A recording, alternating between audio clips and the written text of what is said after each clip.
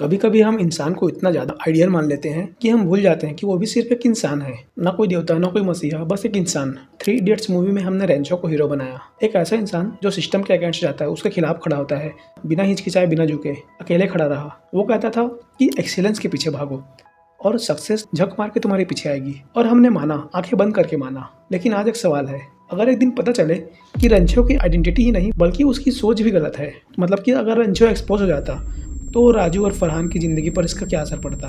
Imagine करो movie का वो सीन चल रहा है जहाँ पे सब लोग ग्रेजुएट हो चुके हैं, वही कन्वोकेशन हॉल है, वही फेसेस है, वही लाइट्स है, वही स्टेज है, लेकिन इस बार लोगों की तालियों की जगह पूरे हॉल में सन्नाटा पसरा हुआ है। सिर्फ एक भारी घुटती हुई खामोशी है जो हवाओं में तैर रही है, क्योंकि वायरस ने कुछ ऐसा एक्सपोज कर दिया है जिसको सुन के सभी के पैरों तले जमीन खिसक गई है। वायरस स्टेज पर खड़ा है और उसी एरोगेंस के साथ कहता है, रणछोड़दास छाछड़, क्या ये तुम्हारा असली नाम है या तुम कोई बहरूपिया हो। इतना सुनते ही पूरा ऑडिटोरियम फ्रीज हो जाता है, एकदम पिन ड्रॉप साइलेंस। फरहान के हाथ कपकपाने लगते हैं और राजू की आंखें बड़ी हो जाती है, और बाकी स्टूडेंट्स जो कभी रेंचो के नाम पर तालियां बजाते थे वो पत्थर की तरह बैठे हैं। और रेंचो के आंखों में पहली बार कॉन्फिडेंस की जगह डर था, और अगले दिन ही सारे न्यूज़पेपर की हेडलाइन फट जाती है, top student was a fraud, fake identity genius exposed.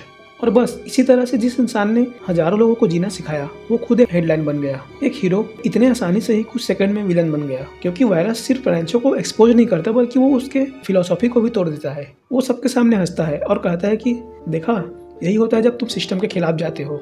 जो खुद एक झूठ है वो तुम्हें क्या सच सिखाएगा। वो रेंचो के एक एक डायलॉग को उठाता है और पूरे पब्लिक के सामने उसकी धज्जियां उड़ा देता है।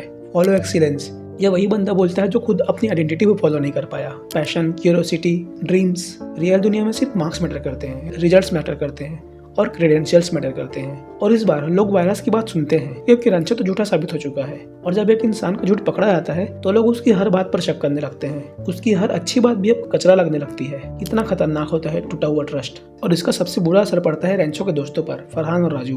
तो फरहान जो रेंचो के कहने पर अपने वाइल्ड लाइफ फोटोग्राफी के पैशन को फॉलो करना चाहता था, वो अब डर चुका है। उसे लगता है कि पैशन का रास्ता ही गलत है। वो उदास होकर घर जाता है और कैमरे को चुपचाप अपने शेल्फ में रख देता है, एकदम धीरे से, जैसे वो अपने सपने को दूर से ही अलविदा कह रहा हो। उसका फोटोग्राफी का सपना यही खत्म। फिर राजू, जो पहले से ही काफी डरपोक था, वो पूरी तरह टूट जाता है और भी ज्यादा गहरे अंधेरे में चला जाता है। वो अब रिस्क लेने के बारे में कभी सोचेगा ही नहीं, क्योंकि रिस्क, वो लफ्ज अब उसके लिए गड्ढा नहीं बल्कि एक खाई है। वो एक सेफ, एवरेज, प्रेडिक्टेबल जॉब ले लेता है जहाँ एक क्यूबिकल है, और उस क्यूबिकल में एक ऐसा इंसान बैठता है जो कभी अपने सपने में उड़ना चाहता था। और बाकी स्टूडेंट्स वो रेंचो का नाम भी भूल जाते हैं, लेकिन वो एक चीज उनके जहन में हमेशा के लिए बैठ जाती है कि सिस्टम के खिलाफ कभी नहीं जाना। और कॉलेज की लाइब्रेरी फिर से भर जाती है, रट्टाफिकेशन फिर से शुरू हो जाता है, रैंकिंग्स फिर से दीवार पर चिपक जाते हैं, और एक बार फिर से एजुकेशन एक रेस बन जाती है, ना कि एक सफर, क्योंकि अब किसी में वो हिम्मत ही नहीं है जो आउट ऑफ द बॉक्स सोचे। और यहाँ एक अजीब बात होती है, रेंचो वो सिर्फ एक इंसान फेल नहीं हुआ बल्कि उसके आइडियाज भी फेल हुए, एक उम्मीद फेल हुई।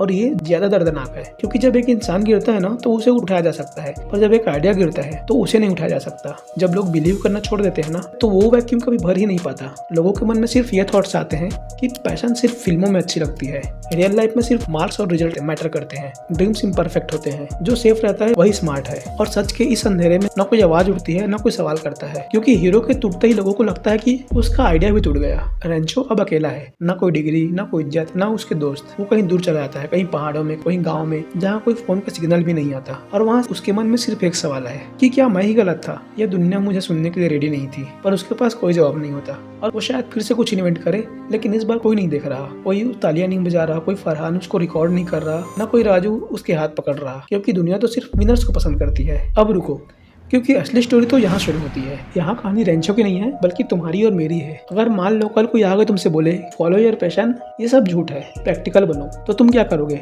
लड़ोगे या फरहान और राजू की तरह चुपचाप बैठ जाओगे? सोचो, सच में सोचो। शायद रेंचो फ्रॉड नहीं था, हो सकता है वो इम्परफेक्ट हो, और सिस्टम जिसको हम परफेक्ट कहते हैं वो भी इम्परफेक्ट ही है। तो फिर गलती कहाँ थी?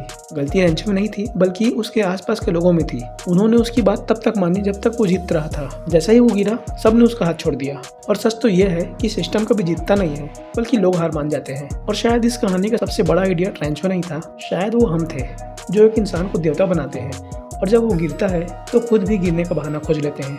यही तो असली ट्रेजेडी है। आपके इस बारे में क्या विचार है नीचे कमेंट में जरूर बताना।